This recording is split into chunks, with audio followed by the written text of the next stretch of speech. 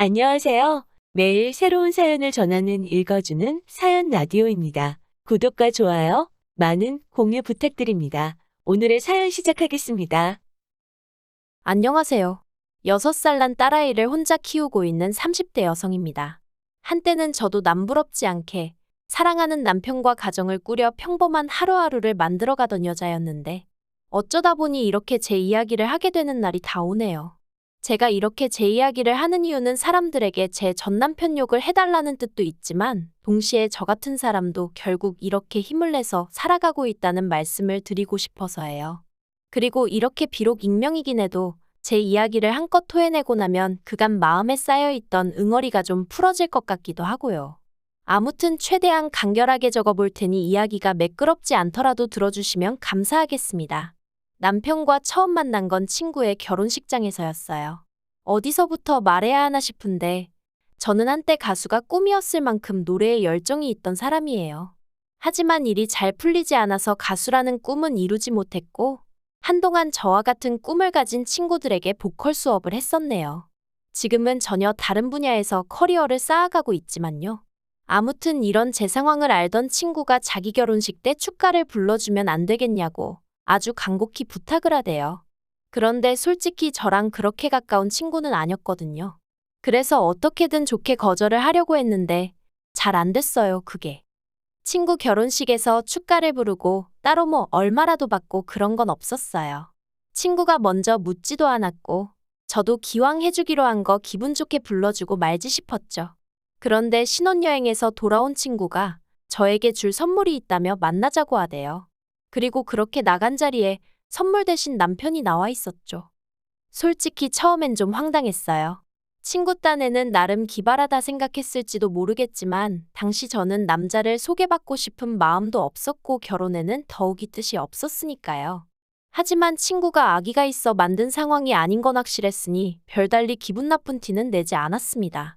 그리고 말이 나와서 말이지만 그때 당시에는 남편이란 사람 자체가 싫지는 않았거든요. 어떻게든 분위기를 띄워보려고 노력하는 모습도 좋았고 제 이야기에 귀 기울이는 태도도 인상적이었달까요? 그리고 무엇보다 남편이 저를 무척이나 마음에 들어한다는 게 제 눈에 보이더라고요. 그게 좋았어요.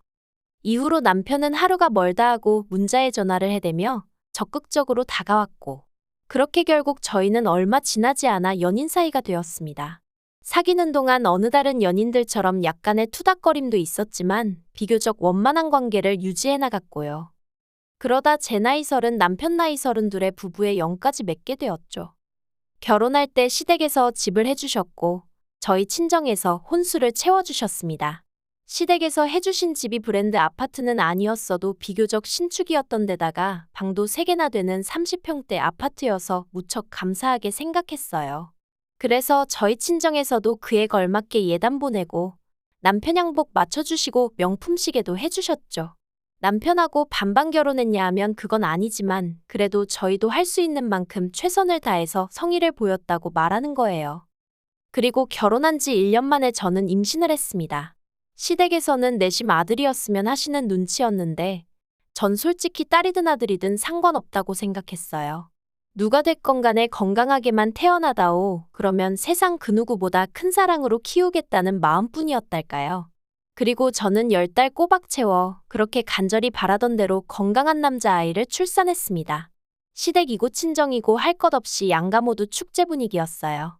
남편도 제 손을 붙잡고 눈물을 흘리며 고맙다, 고생했다, 수고했다. 그리고 아버님께선 축하금이라며 3천만 원을 주시기까지 하셨는데 이 이야기를 전해 들은 친구들이 저더러 복받은 기집애라고 농담 반 질투 반으로 한마디씩 하기도 했었죠. 이젠 다 지나간 과거의 이야기지만 저에게도 이런 날들이 있었고 그래서 이때만 하더라도 저는 제가 세상에서 제일 행복한 여자 중 한 사람이라고 믿어 의심치 않았네요. 하지만 그 행복은 오래가지 못했습니다. 아이 돌잔치까지 일주일 정도를 남겨두고 있던 어느 날 평소처럼 남편의 퇴근을 기다리고 있었는데 전화 한 통이 걸려왔어요. 그리고 저는 별 생각 없이 그 전화를 받았죠. 그런데 건너편에서 흘러나오는 건 웬 어린아가씨의 목소리였습니다. 아주 당당하게 저희 남편 이름을 말하며 자기가 저희 남편과 사랑하고 있다는 이야기를 하대요. 단 한순간도 상상해 본 적 없던 상황이라 순간 멍해지는 게 이게 지금 무슨 소리지, 꿈인가 싶기도 하고. 그래서 그냥 전화를 끊어버렸어요. 말문이 막힌다는 게 이런 건가 싶대요. 하지만 또다시 그 번호로 전화가 걸려왔고 저는 도저히 손발이 부들거려서 전화를 받을 수가 없었죠. 그런데 그 여자도 약이 올랐던 건지 아니면 절 쓰러뜨리겠다고 작정이라도 했던 건지 연달아 문자가 왔어요. 그리고 저는 고민 끝에 그 여자가 보낸 듯한 문자를 확인했는데 거기엔 남편의 벌거벗은 사진과 함께 어떻게 만나서 그간 어떻게 관계를 맺어왔는지 일련의 스토리가 쭉 적혀 있었습니다. 저더러 남편을 놔달라는 말 같지도 않은 말도 함께요. 사실 제가 출산하고 얼마 지나지 않아 남편이 개업을 했어요. 원래 다니던 회사를 나와서 자기 이름 석자 걸고 사업을 해보고 싶다면서 말이죠. 그리고 전 그런 남편을 진심으로 응원했습니다. 저와 이제 태어난 아이를 위해 노력해주는구나, 애써주는구나 싶어 고마운 마음까지 있었죠. 그런데 개업을 하고 얼마 지나지 않아 남편의 퇴근 시간이 늦어지기 시작했고 주말에도 출근이다 출장이다 집을 비우는 날이 많아져 갔어요. 그럴 때마다 전 그저 고생하는 남편이 안쓰러웠지 바람을 피우고 있을 거라곤 상상도 못했는데 실제로 남편은 저희와 함께하는 시간만 줄어들었을 뿐 여전히 저에게는 다정한 남편이었고 아이에겐 자상한 아빠였거든요. 아무튼 그렇게 장문의 문자를 확인하고 나서 저는 처음엔 당장이라도 남편에게 따져 물으려고 했어요. 하지만 이내 괜히 남편에게 변명거리를 쥐어짜낼 시간만 주는 건 아닌가 싶어서 일단은 남편의 퇴근만을 기다렸네요. 남편이 퇴근하기를 기다리는 시간이 정말 천년 같더라고요. 그리고 어느덧 2시간쯤 지났을까 남편이 평소처럼 웃으며 현관을 들어왔는데 전 아무 인사도 하지 않고 핸드폰만 남편 얼굴에 들이밀었습니다. 그리고 이 여자 누구냐고 물으니 금세 사색이 되어서는 일 때문에 알게 된 여자라면서 그 이상 그 이하도 아니랍니다. 이 여자가 무슨 이야기를 하는 건지 자기는 모르겠다며 일 때문에 너무 힘들 때 몇 번 따로 만나서 술 한잔 한 게다라고. 저더러 이 여자 말이 아니라 자기 말을 믿어줘야 한다면서 펄쩍 뛰대요. 그리고 저도 그런 남편을 정말 믿어주고 싶었어요. 사실 저도 어디서 남편이 바람을 폈는데 어떡하죠와 같은 글을 읽으면 이걸 왜 고민하나 당장에 이혼이지라고 생각하던 사람이었는데 막상 이게 제 일이 되니까 이성적인 판단이 불가능해지대요. 그리고 제 앞에서 정말 오해라며 싹싹 빌고 있는 남편도 왠지 진실만을 말하고 있는 것처럼 느껴졌고요. 그 여자가 혼자 소설을 쓰고 있는 건 아닐까, 그 여자가 꼬셔낸 게 분명해. 어떻게든 남편이 저지른 불륜을 제 스스로 부정하고 있었어요. 그렇게 매일같이 남편은 자기가 잘못했다 빌고 저는 저대로 그런 남편이 미워서 울고 그렇게 한 달 가까운 시간을 보냈을까. 갑자기 하루는 남편이 저에게 할 이야기가 있다고 하더니 아무래도 자기가 저를 놔줘야 할 것 같답니다. 하늘이 무너지는 기분이었어요. 이혼 이야기를 꺼내도 내가 꺼내야지. 어떻게 지가 나한테? 그리고 저는 구차하게도 그 이유가 뭐냐고 물었어요. 그러자 한다는 말이 그 여자가 임신을 했답니다. 그래서 그 여자를 자기가 책임져야 할 것 같다대요. 그 소리를 듣는데 어이가 없고 황당해서 그럼 나하고 우리 애는 하고 물었더니 기껏 한다는 소리가 저는 좋은 여자이지 않냐입니다. 처음 만났을 때부터 지금까지 자기나 시부모님이나 애한테 하는 것만 봐도 얼마나 좋은 사람인지 자기가 잘 안다면서. 그런데 그 여자는 아니래요. 자기가 헤어지자고 하니까 그러면 애도 지워버린다고 그런다면서 그런 여자를 어떻게 혼자 내버려두냐입니다. 그래도 자기 앤데 그렇게 사라지게 둘 순 없지 않냐면서 말이죠. 그러면서 집도 차도 전부 다 저에게 주겠다고 이쯤에서 헤어지자대요.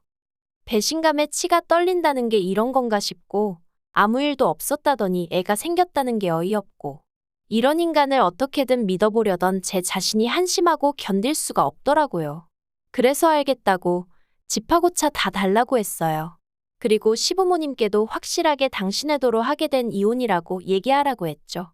이 부분에선 남편도 살짝 멈칫하는 눈치였지만 이내 알겠다고 하더라고요. 그래서 이튿날 남편하고 같이 시댁에 찾아갔습니다.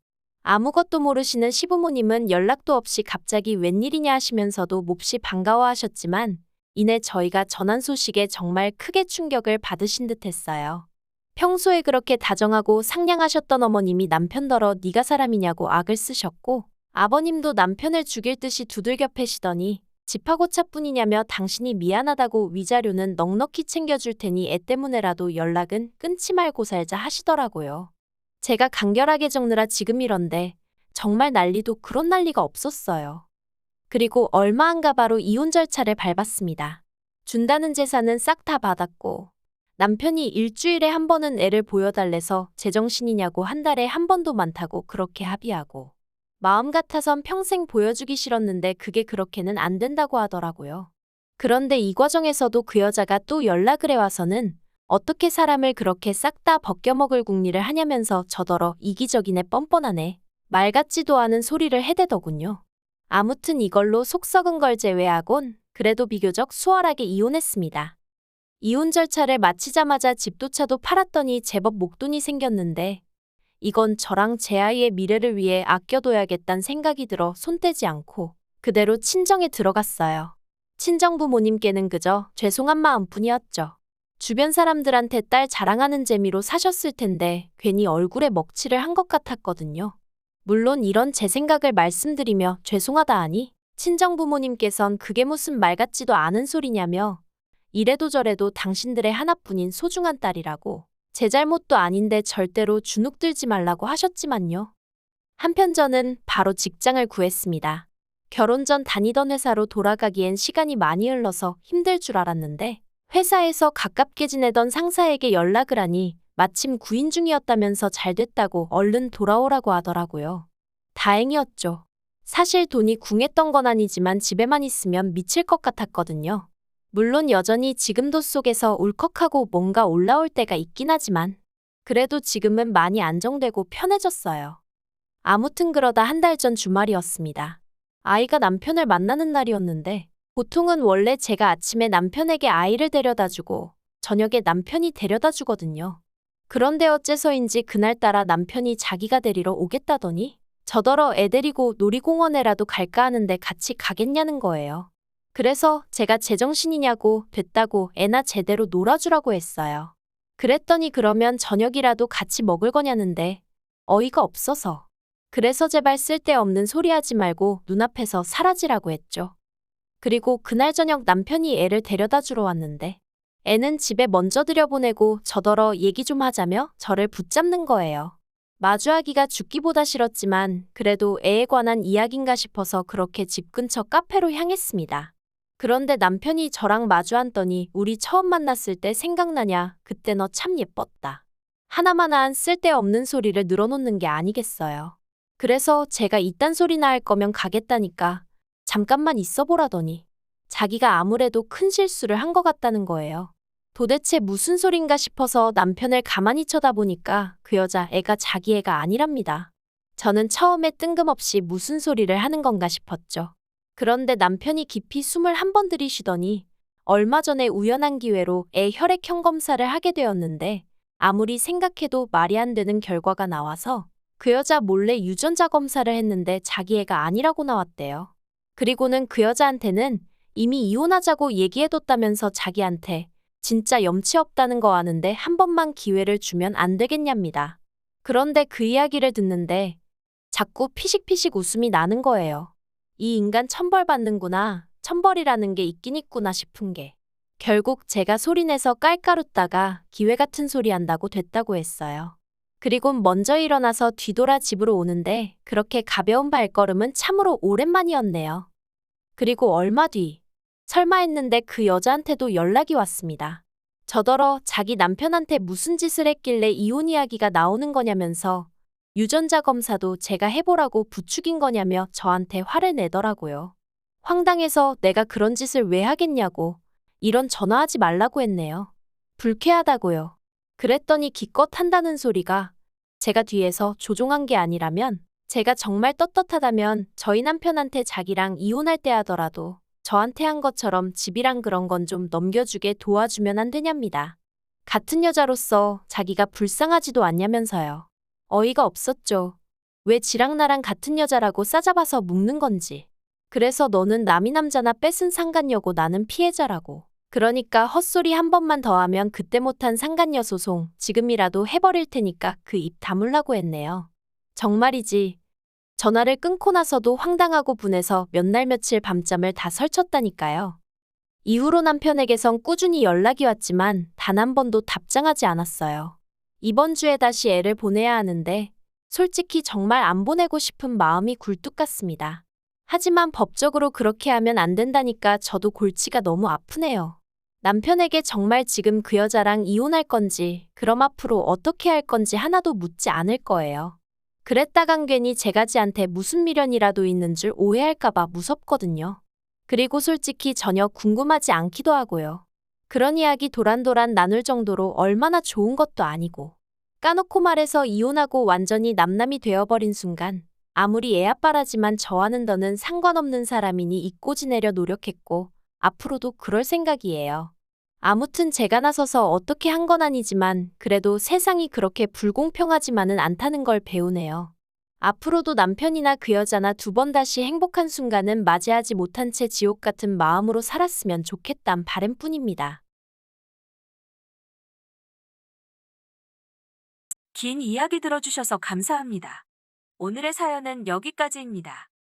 구독과 좋아요, 알람 설정해주시면 앞으로 더 좋은 사연으로 찾아오겠습니다. 감사합니다.